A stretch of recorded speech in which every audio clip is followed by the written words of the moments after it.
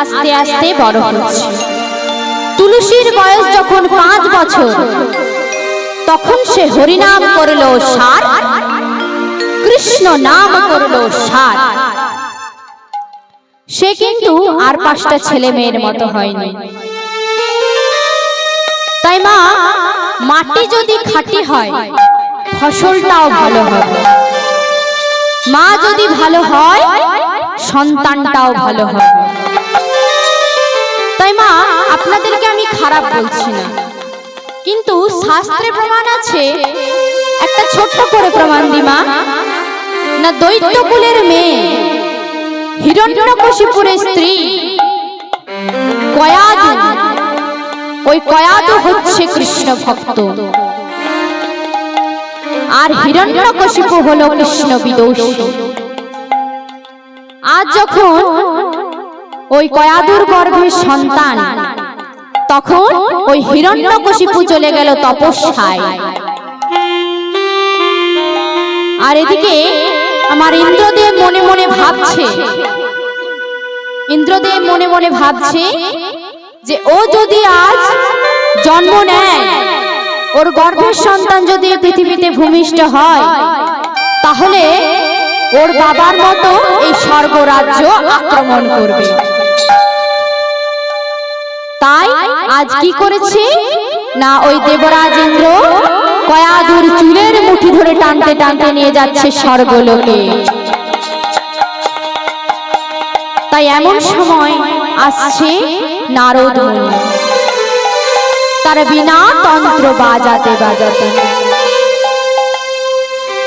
জয় জয় নারায়ণ বিপদ ভঞ্জন ত্রিলোকতারণ দেব নারায়ণ। জয় জয় নারায়ণ বিপদ ভঞ্জন ত্রিলোকতারণ দেব নারায়ণ। জয় জয় নারায়ণ বিপদ ভঞ্জন ত্রিলোকতারণ দেব নারায়ণ।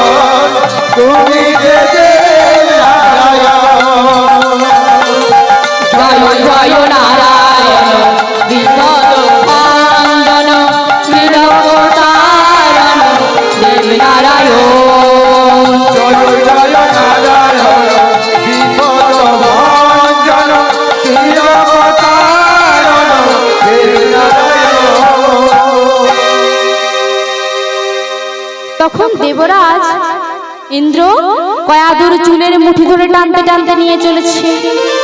আর এদিকে তখন নারদ মুনি বলছে, দেবরাজ ইন্দ্র, এটা আপনি কি করছেন? একটা নারীর চুলের মুঠি ধরে টানতে টানতে নিয়ে যাচ্ছেন? তো প্রভু, এই অবস্থায় যদি কেউ আপনাকে দেখে নেয় তাহলে দেবতাদের রাজা বলে মানবে তো? তখন সেই ইন্দ্রদেব বলছে, শোনো, এ হচ্ছে দৈত্য কুলের মেয়ে, হিরণ্যকশিপুরের স্ত্রী কয়াদি। ওর গর্ভের সন্তান আছে। ওই গর্ভের সন্তান যখন পৃথিবীতে ভূমিষ্ঠ হবে, ও তখন বাপ গুনে বেটা হবে। তাই আমি ভেবেছি, ও যখন পৃথিবীতে ভূমিষ্ঠ হবে, আমি ওকে গলা টিপে মেরে দেব। ছি ছি দেবরাজ ইন্দ্র, এটা আপনি করতে পারবেন?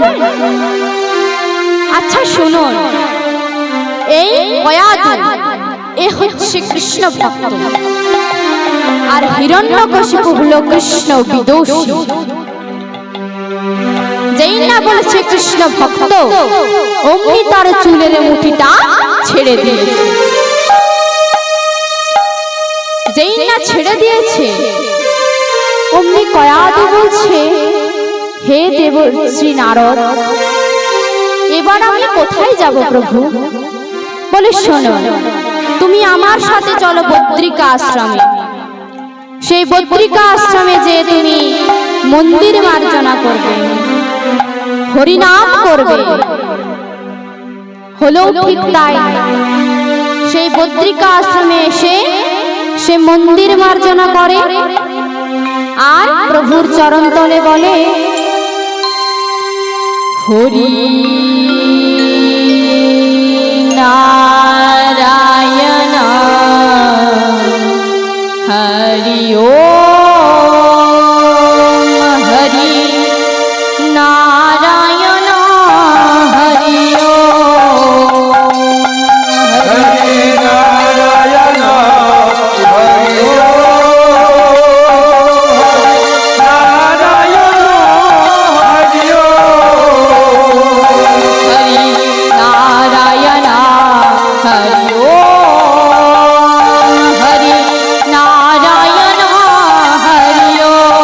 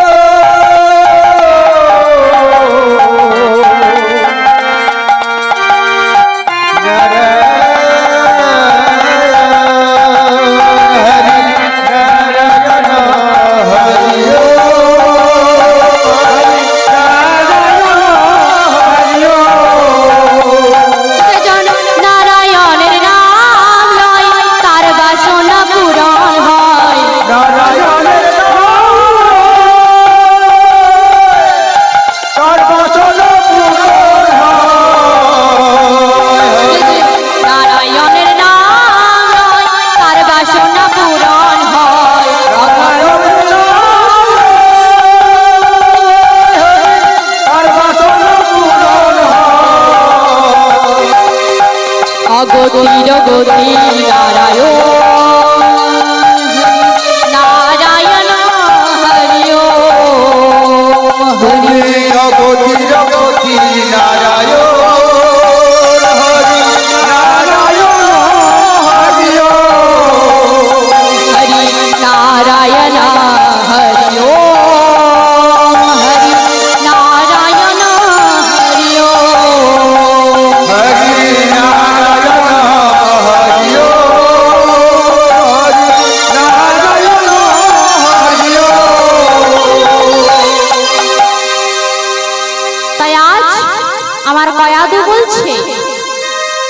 প্রভু আজ 10 দিন ওই 10 মাস 10 দিন পর যখন আমার এই গর্ভের সন্তান এই পৃথিবীতে ভূমিষ্ঠ হবে, তখন সবাই জানতে পারবে যে ও আর অন্য কেউ নয়, ও হলো দৈত্য কুলের মেয়ে হিরণ্যকশিপুরের স্ত্রী কয়াদু। তখন প্রভু তোমার দিকে আঙুল তুলে বলবে যে ওই নারদ স্বর্গে মর্তে পাতালে হরিনাম করে বেড়ায়, আর পরস্ত্রীকে নিয়ে এসে তার গর্ভের সন্তানের জন্ম দেয়। তোমার নামে যে কলঙ্ক রটবে প্রভু। বলে তুই আমার কথা এত ভাবিস? বেশ, আমি তোর গর্ভ ছুঁয়ে তোকে আশীর্বাদ করছি, এই গর্ভের সন্তান এই 5000 বছর ধরে তোর গর্ভে রয়ে যাবে। হলো ঠিক তাই, 5000 বছর ধরে হরিনাম শুনে কৃষ্ণ নাম করে জন্ম নিল হরিভক্ত প্রহ্লাদ। ওম নমঃ ভগবতে বাসুদেবায় গোবিন্দায় নমো নমো নমো নমো। ওম নমঃ ভগবতে বাসুদেবায় গোবিন্দায় নমো নমো। ওম নমঃ ভগবতে বাসুদেবায় গোবিন্দায় নমো নমো।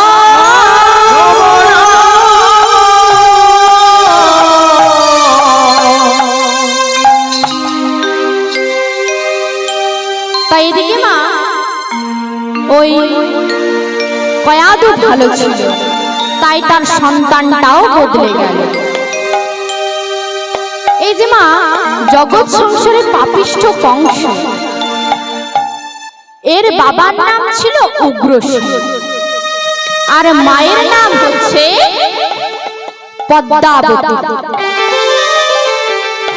এই পদ্মাবতী আর উগ্রশীলের মিলনে কিন্তু এই পাপিষ্ঠ কংসের জন্ম হয়। হয়েছিল কি করে? না, দ্রমিল দৈত্যের সঙ্গে অবৈধ সম্পর্ক ছিল, তাই আজ পাপিষ্ঠ কংসের জন্ম হয়েছে। তাই মা মাটি যদি খাঁটি হয় ফসলটাও ভালো হবে। তাই মাধবীও ভালো ছিল, তাই তার সন্তানটাও ভালো হলো।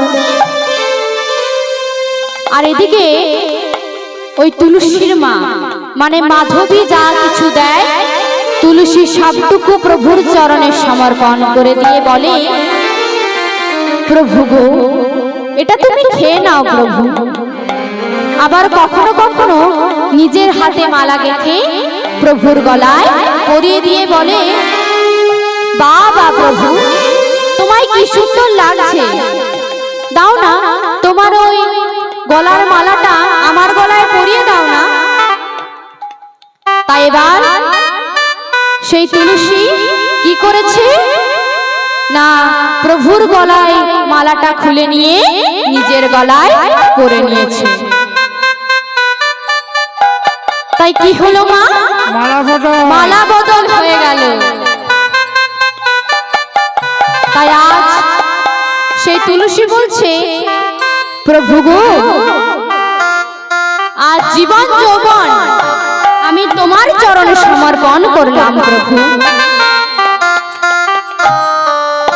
এদিকে তুলসী তার যৌবন বয়সে পা দিয়েছে। দেখবেন মা, বাড়িতে যদি উপযুক্ত মেয়ে থাকে তাকে পাত্রস্থ করতে হয়। এদিকে মাধবী আর ধর্মধ্বজ বলছে, এবার তো মেয়েকে পাত্রস্থ করতে হবে। তাই তুলসীকে বলছে, তুলসী তোকে তো মা পরের বাড়িতে যেতে হবে। বলে মা আমি কার বাড়িতে যাব? বলে তুই এত কিছু বুঝিস আর এটা বুঝিস না যে বিয়ে হয়ে যাওয়ার পর মেয়েদেরকে শ্বশুর বাড়ি চলে যেতে হয়। তাই আজ তুলসী বলছে মা আমার তো বিয়ে হয়ে গেছে। না তোর কার সাথে বিয়ে হয়েছে? না মা আমার যখন 5 বছর বয়স ছিল তখন আমি প্রভুকে বলেছিলাম আজ থেকে জীবন যৌবন আমি তোমার চরণে সমর্পণ করলাম। তাই আজ সেই মাধবী বলছে শোন তুলসী ও হচ্ছে পাষাণ মূর্তি। তখন তুলসী বলছে পাষাণ ভাবিয়া ডাকিছ যারে সে তো পাষাণ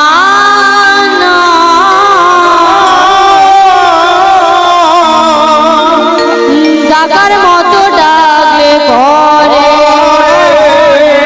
পাষাণ গলিয়া যায়।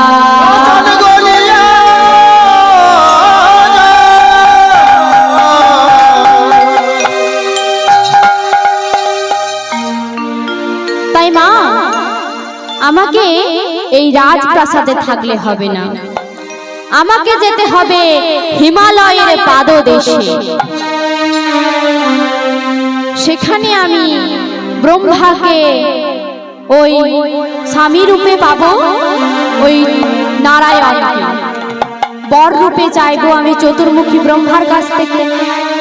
নারায়ণকে আমি বর রূপে চাইবো।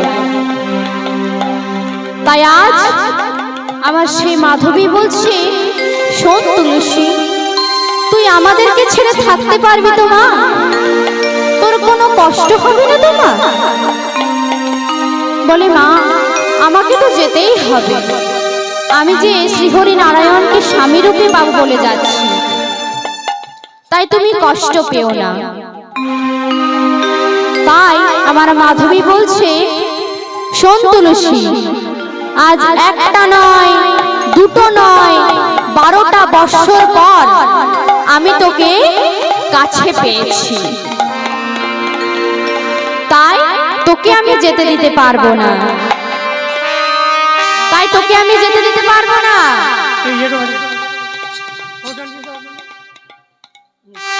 তোকে আমি যেতে দিতে পারবো না। তাই আজ সেই ধর্মধ্বজ রাজা তিনি আজ মাধবীকে বলছেন মাধবী তুমি কষ্ট পেও না, তুমি দুঃখ করো না, ওকে যেখানে যাওয়ার তুমি সেখানে যেতে দাও। তাই আজ আমার সেই তুলসী বাবা মায়ের চরণে প্রণাম জানিয়ে আজ চলেছি আমি যাবার বেলা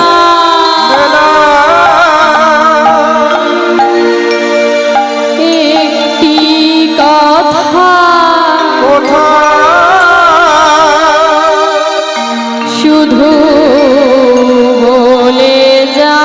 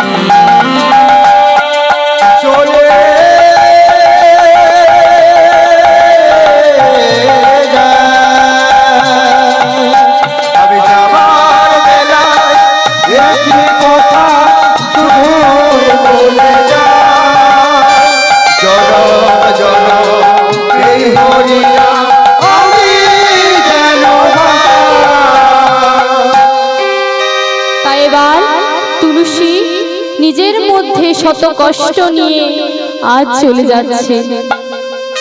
বাবা মায়ের চরণে প্রণাম করে বলছে, মা আজ যদি যেতে যেতে আমার প্রাণ পাখিটা বিদায় নিয়ে চলে যায়, তাহলে তুমি প্রভুর কাছে প্রার্থনা করো যেন আমি প্রভুর চরণ পেতে পারি। তাই মা, আমি যেদিন এই ইহ জগতে থাকবো না, সেদিন তুমি কি বলবে জানো মা? ওগো যেদিন আমি থাকবো না, যাব বহু দূরে, যেদিন আমি থাকবো না, যাব বহু দূরে। যেদিন আমি থাকবো না, যাব বহু দূরে,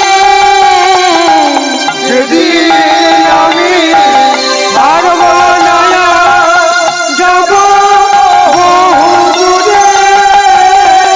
সাধের প্রদীপ জ্বালিয়ে দিও কৃষ্ণ নামের সুরে, সাধের প্রদীপ জ্বালিয়ে দিও কৃষ্ণ নামের সুরে। সাধের প্রদীপ জ্বালিয়ে দিও কৃষ্ণ নামের সুরে, সাধের প্রদীপ জ্বালিয়ে দিও কৃষ্ণ নামের সুরে। আমি চলে যাই শুধুই বলে যাই, আমি চলে যাই শুধুই বলে আমি চলে যাই শুধুই বলে যাই, আমি চলে যাই শুধুই বলে সবার ক্ষমার মাঝে যেন পাই আমি ঠাঁই। সবার মাঝে যেন পাই আমি ঠাঁই। সবার ক্ষমার মাঝে যেন পাই আমি ঠাঁই। সবার তোমার মাঝে যেন পাই আমি ঠাঁই। এবার দাও বিদায়, এবার দাও বিদায়। জায়গা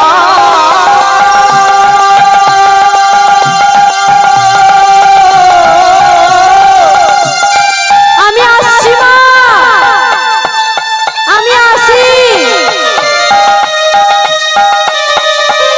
বিদায় দাও।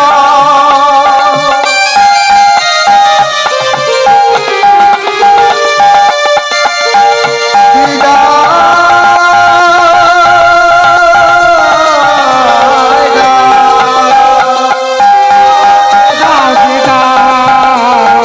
এবার দাও বিদায়।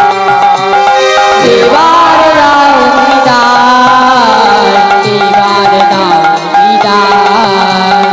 এবার দাও বিদায়, এবার দাও বিদায়। তাই তুলসী শত কষ্ট বুকের মধ্যে নিয়ে আজ চলেছে। আজ মায়েরা, আজ আমি নিজের কিছু ব্যক্তিগত কথা আপনাদেরকে বলে যেতে চাই। আজ ধরুন, আজ আপনাদের এখানে কীর্তন করতে এসেছি। আমরা তো প্রকৃতি জগতের মানুষ না, এই আছি এই নেই। ধরুন আজ যে আমি কীর্তন করছি, পরে হয়তো শুনলেন যে আমাদের এখানে কীর্তনিয়া কীর্তন করতে এসেছিল অনুষ্কা মণ্ডল, সে আর ইহ জগতের মাঝে জগতের মায়া কাটিয়ে পরলোকে চলে গেছে। যেদিন এমন দশা হবে না মা, সেদিন আমার বড় কষ্ট হবে। আমার বাবা মা বুকের মধ্যে শত কষ্ট নিয়ে বলবে, অনুষ্কা মা, এমন তো কথা ছিল না মা, তুই আমাদেরকে ছেড়ে কেন চলে গেলি মা? ফিরে আয় মা, ফিরে আয়। তখন আমাকে আর কেউ কীর্তনিয়া বলে জানবে না, সবাই ডাকবে মরা। তাই মা, কথায় আছে না, ওই লালন ফকিরের গাওয়া, খাঁচার ভেতর অচিন পাখি কেমনে আসে যায়, ধরতে পারলে মনোবেড়ি দিতাম পাখির পায়। যেদিন এমনই দশা হবে না মা, আমার খুব কষ্ট হবে।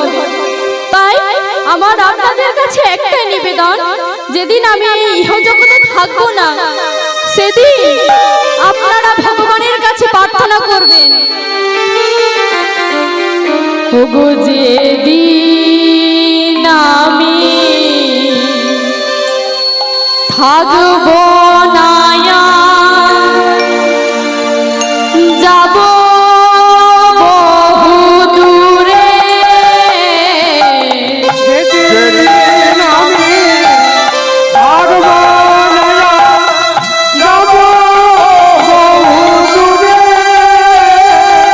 যেদিন আমি থাকবো না আর যাব বহু দূরে, যেদিন আমি থাকবো না, যাব বহু দূরে। সাধের প্রদীপ জ্বালিয়ে দিও কৃষ্ণ নামের সুরে, আমার সাথে যদি জ্বালিয়ে দিও কৃষ্ণ নামের সুরে। সাধের প্রদীপ জ্বালিয়ে দিও কৃষ্ণ নামের সুরে, সাধের প্রদীপ জ্বালিয়ে দিও কৃষ্ণ নামের সুরে। আমি চলে যাই শুধুই বলে যাই, আমি চলে যাই শুধুই বলে যাই। আমি চলে যাই শুধুই বলে যাই, আমি চলে যাই শুধুই বলে যাই। সবার ক্ষমার মাঝে যেন পাই আমি ঠাঁই। সবার ক্ষমার মাঝে দাঁড়ানো পায় যেন ঠাঁই। সবার ক্ষমার মাঝে যেন পাই আমি ঠাঁই। সবার ক্ষমার মাঝে যেন পায় আমি ঠাঁই। আগো এবার দাও বিদায়, এবার দাও বিদায়, এবার দাও বিদায়, এবার দাও বিদায়। জননী জন্ম ভূমিষ্ঠা স্বর্গাদপি গরিয়োষি, পিতা স্বর্গ পিতা ধর্মা, পিতা হি পরম তপ, পিতা হি প্রীতিমা পণ্যে, প্রিয় তে সর্বদেব